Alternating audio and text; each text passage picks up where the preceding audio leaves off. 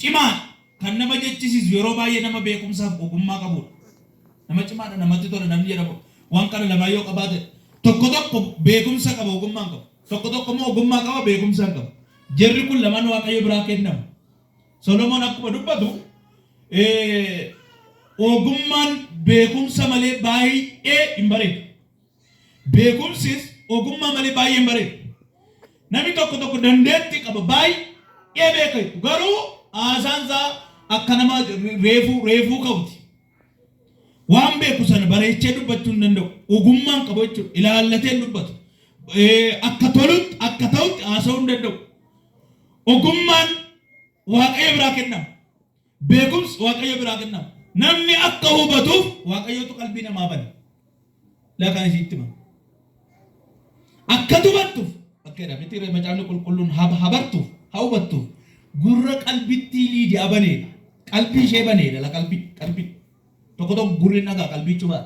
Qalbii jechuun sammuudha. Jireenya sammuu namaa keessaa hojii guddaa kan hojjetudha qalbiin. Qalbiin qabu namni tokko tokko waa dagatee qaba. Waan cimaa oge bilbila fa'aa kaayee wayyoo namni waan fadhee deebi qalbiin qabu. Haasaan namoota keenya gidduuti. Namni tokko tokko immoo arraba sagantaa guddaan qabatee torbee tokko de karoorfata gaafa ganama gaafa lafti baru irraan fadhee rafee qalbiin qabu. Sagantaa sana irraan fadhee hubannaa isaa hamma qalbii isaatiitu zeeroo taa'u malee inni meecha. Waan isinitti maa ganama kana nama fudhatuuf dhaga'uu fi fudhachuu maturee irrattan sagalee Waaqayyo isiniif dhaga'uu fudhachuu Iyyoob boqonnaa 5 lakkoofsa 17 kunoo namni Waaqayyo ifatu maalin hirkattanuu maaloo nu rafinaa nama lamaanii dhiise laa rafinaa siifan dubbataa jira sagalee kan rafin ilaa kunoo namni Waaqayyo ifatu isa ifatu galateeffamaa. Kanaafis adaba Waaqayyo isa hundumaa danda'u hin tuffatin. Inni hin madeessa. Walitti immoo hin hodha. Hin cabsa. Harkuma isaatiin immoo hin fayyisa. Rakkina jaayirraa si oolcha. Isa torbaffaatiinis hamaan sin tuqin. Inni yeroo beelaatti du'a irraa yeroo lolaattis rukuttaa'e billaa si oolcha. Tuqaati arrabaa jalaa hin dhokfamta. Badiisi yommuu dhufu hin sodaatu. Badiisaa fi beelatti hin kolfita. Bineensa caakkas hin sodaatu. Dhagoota bakkee wajjin walitti hin kakattu. Bineensonni caakkas wajjin nagaa hin qabaatu. Dunkaanni kee nagaatti akka jiru hin beektu. Horii keetis hin to'atta. Homaas keessaa hin naftu. Sanyiin kee akka baay'atan ijoollonni kee akka marga lafaa akka ta'an hin beekta. Bissii midhaanii yeroo isaatti akka walitti qabamu ati gaarummaatti utuu jirtu hin duuta. Hin awwaalamtas. Hin duuta. Hin awwaalamtas. Ameen jedha kanatti la. Nama simbira jiru hin turte malee nama duutaa jedhani. Mukatti adaraa keessa maabiraati abiru ibsaame maabiraati kan naa ibsa namoonni. Eshi waan isinitti dhaga'uu fi fudhachuu amma mata duree nama kennu kuni haala amma kun kenne amma mata duree kana utuma kana naatti maal rakkoo qabachuu danda'a namni lamaan sadan ta'u ni bu'u.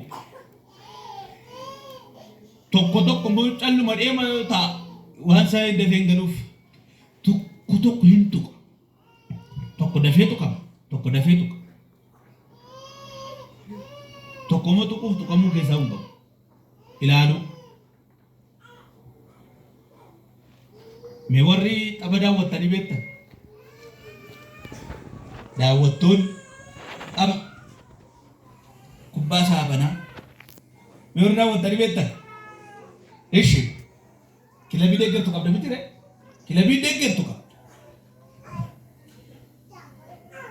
Meedaa keessaa tapha kan taphatu taphattoota 22 gamaa 11 gamanaa 11 gartuu faallaa 11 ta'anii walitti dhufu.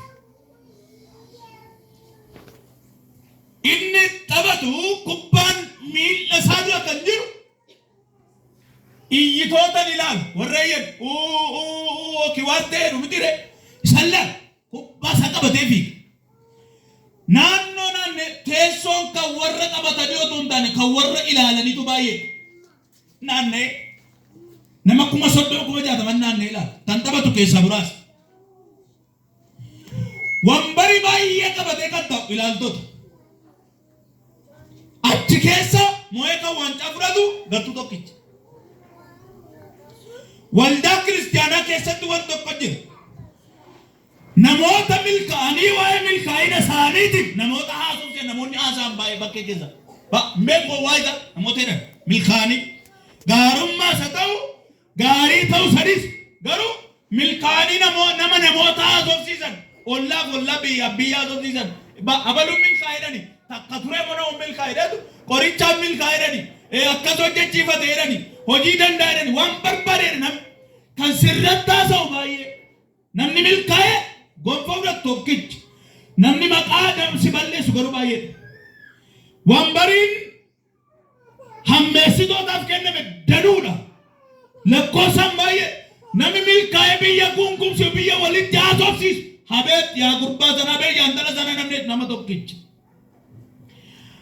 wajjin faarfanne wajjin hin gallu wajjin lallabne wajjin hin gallu waldaa tokko keessaa waaqeffanne wajjin samiin dhannu kana jala sarara beeka dubartoonni lama dhagaa daakuu tokkotti daaku turan isheen tokko fudhatan tokko immoo achumatti haftee namoonni lama qotiisa tokko qotu turan jedha qotiisa tokko inni tokko fudhatama tokko immoo hin hafe tokkorraa hojjetu tokkorraa nyaatu maaddii tokkorraa fudhatu wangeela tokkorraa lallabna ameenii tokkicha qabna kiristoos tokkicha qabna garuu wal duukaan butamaan qophaa'aadha innaf isan qophoofnedha jechuudha garaa bira inni butam isa kiristoosiin eeguudha inni butam isa amanee callu maree ufamaa keessa oolu amanee dhanoo isa hidhee callu maree deemaa butamuu keessaa hin qabun maaliif jennaan macaafni qulqulluun nama yeroo hundumaa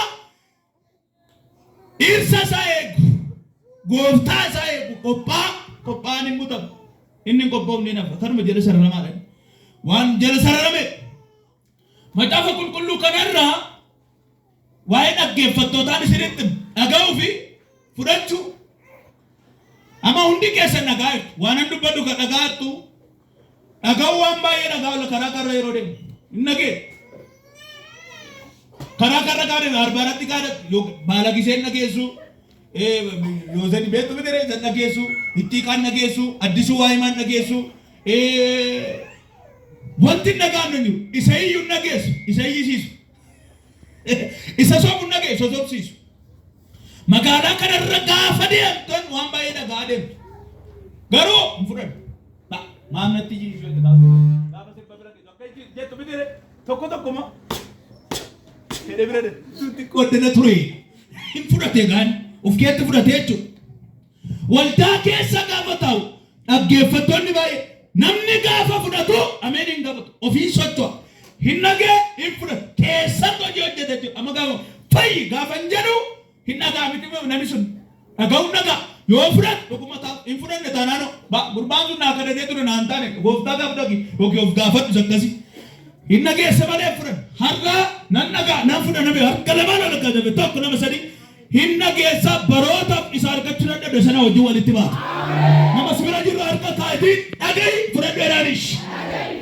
redeebiyaa jedhaan wayifan jedhe eeyyee wanti qulqulluudha dhaggeeffataan waldaa jee fudhataan waldaa ijaara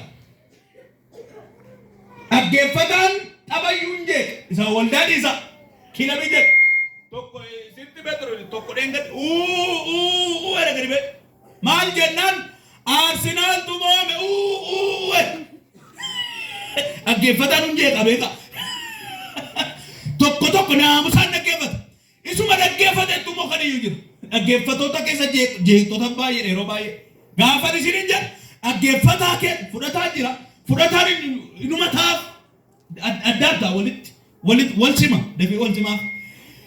Inni callu maree dhaggeeffatoo gool jedhe isa miti hin akka waan ofii galchatu uu edee miilli isaa takka nama kubbaa dhiitee hin beekne kubbaadhaaf iyya. Maqaa namticha kuwaasii dhiitee hin beeku kubbaa goolii hin galtan uu edee maaltu galee haadha Arsenaal hojii kee akkam gootu anu xaba wayini ilaalaa olee hojii dhabaa harka ol kaasu samii sirratti abadamu. Yesuus simna masabara kan qaba dafaati. Attuma fuudhii kaayiti la akkayya fuutanii kaataniit har'a isa dhageesse sana jiraattaa jettuun. Fuudhii keenyare anaan badee yaa Waaqayyo laa kan dhaggeeffattoota waldaa ta'a. Har'a jedhaanis hin dhageessa hin fudhatta jedhaani hin dhageessa hin jiraatta jedhaani buqqisaa ameen jedhaa yaati.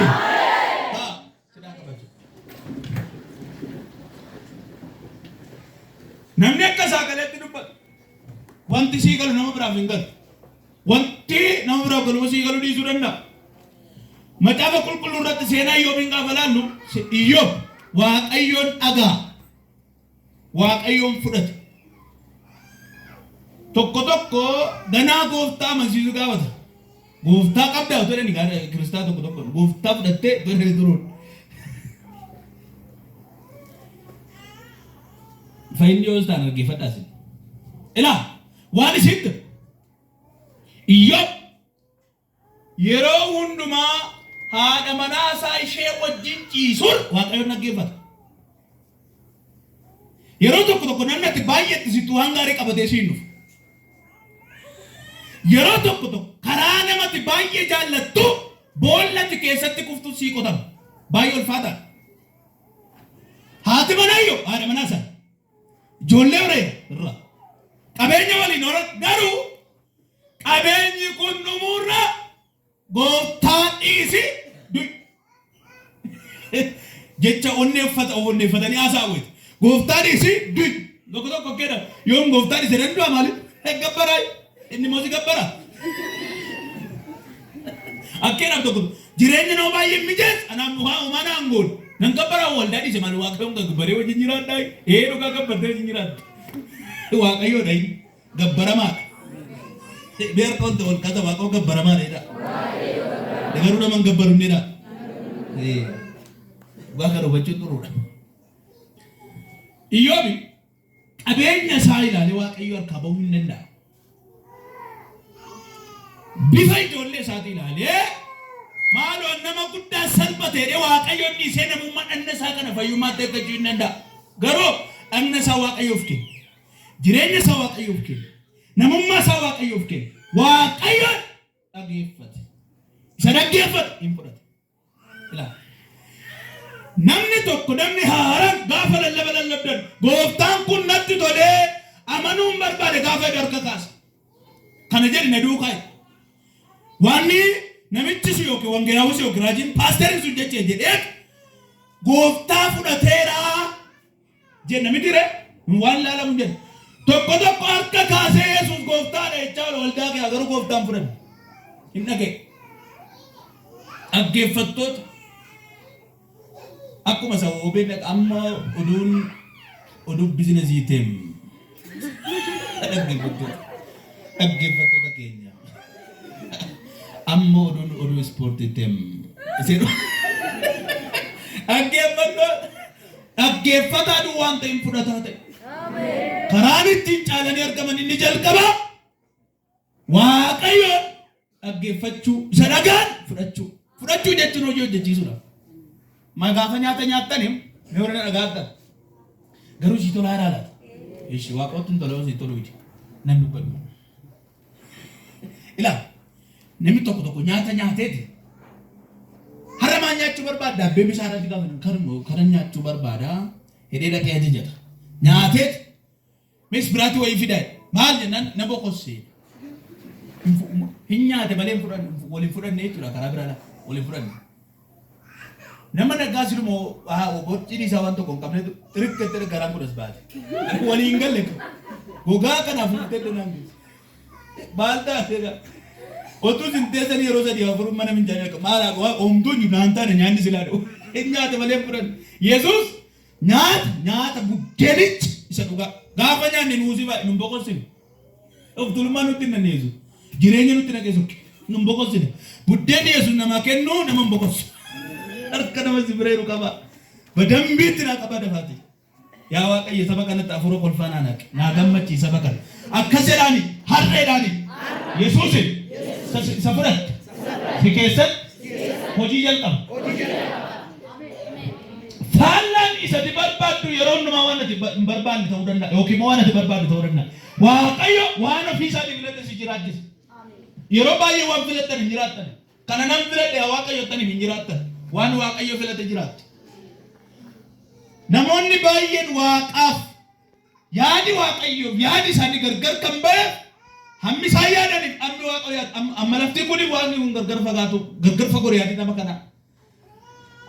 Namni karaa gabaabaa guddachuu barbaada. Waaqayyo immoo guddina isteeppii taman. Isteeppii guddina darajaa taman. Waaqayyo kun Waaqa hojii tamanuudha beeka. Waaqni nuyi tamanu kun Waaqa hojii tamanuudha. Lammaffaa Waaqa isteeppii darajaa waan isteeppiidhaan guddatu tamanuudha.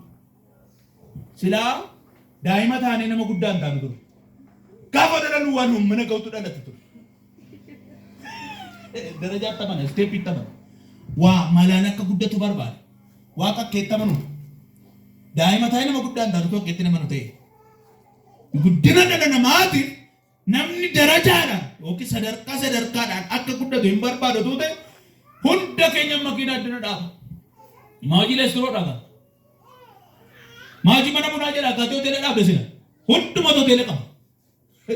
Darajaatti taphan yookiin sadarkaatti taphan waa ta'e. Cimuu yoo barbaadu isa dhageesse fudhadhu.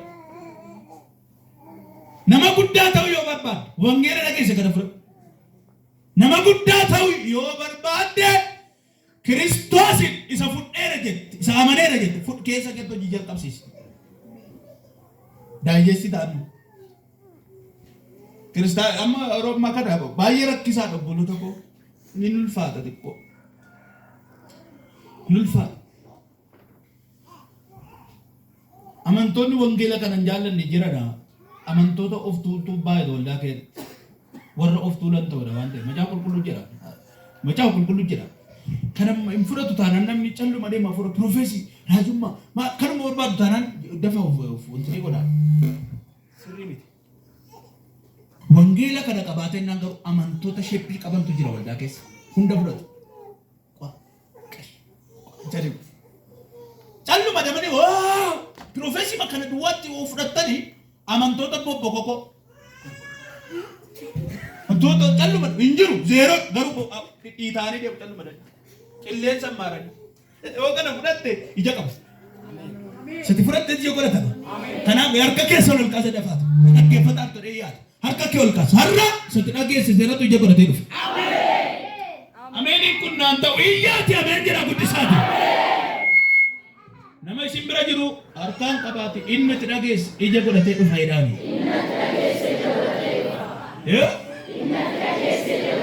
Dhaga'i fudhadhu jedhaani. Irra deebi'a. Harka ol kaasa nan dhagaa nan fudheedha. Irra deebi'a jedha. Wanti kun raajummaa softiyaa qaba amma sagaleen kun wayii fan jedhe nan dhagaa nan fudheedha. Har'a waan sitti sagalee kana kee waan sitti dubba. Durri kee yookiis inni ati dabarsitee dhufte baay'ee hadhaa ta'uu danda'a. Amma booda garuu isa dhageessa waan fudhatteef hadhaan mana keetti gadi ba'a. Joojjummaa duukanni mana keetti gadi ba'a. Tokkodee ifniif ulfinni mana keetti ol gala. Ebalu ameen jedha yaati. Waan lama jedhu.